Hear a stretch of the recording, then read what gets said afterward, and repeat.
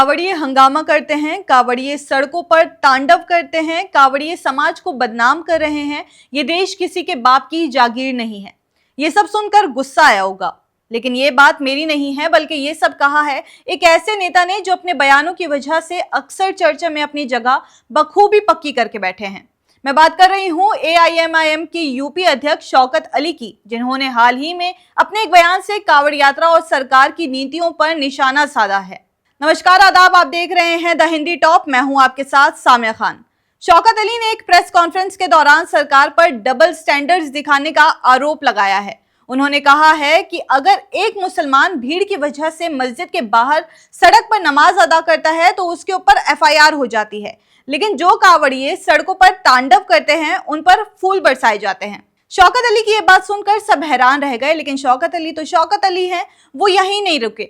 उन्होंने हाल ही में दिए गए अपने एक पुराने बयान का भी जिक्र किया, जिसमें उन्होंने कांवड़ियों को आतंकवादी जैसा व्यवहार करने वाला तक कह दिया था।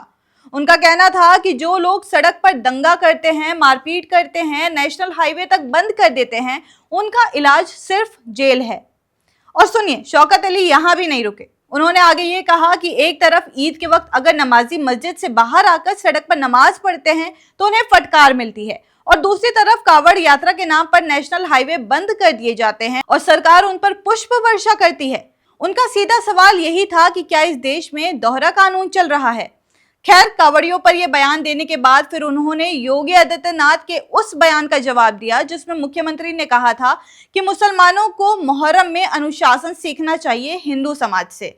शौकत अली ने तंज कसते हुए कहा कि योगी किस हिंदू समाज की बात कर रहे हैं? उन्हीं कांवड़ियों की जो अपने ही समाज को बदनाम कर रहे हैं, जो सड़कों पर हंगामा करते हैं, मारपीट करते हैं, कानून को चुनौती देते हैं।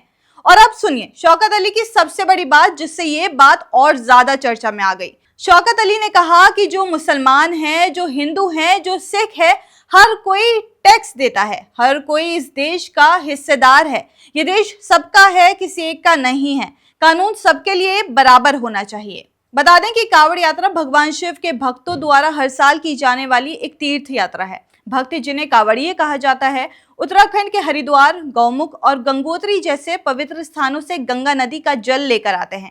ये जल फिर शिव मंदिरों में भगवान शिव का जल अभिषेक करने के लिए उपयोग किया जाता है। ये यात्रा सावन के महीने जुलाई और अगस्त में होती है। तो खैर, अब सवाल ये है कि क्या शौकत अली सिर्फ चर्चाओं में आने के लिए ऐसे बयान दे रहे हैं या उनकी बातों में कोई सेंस भी है?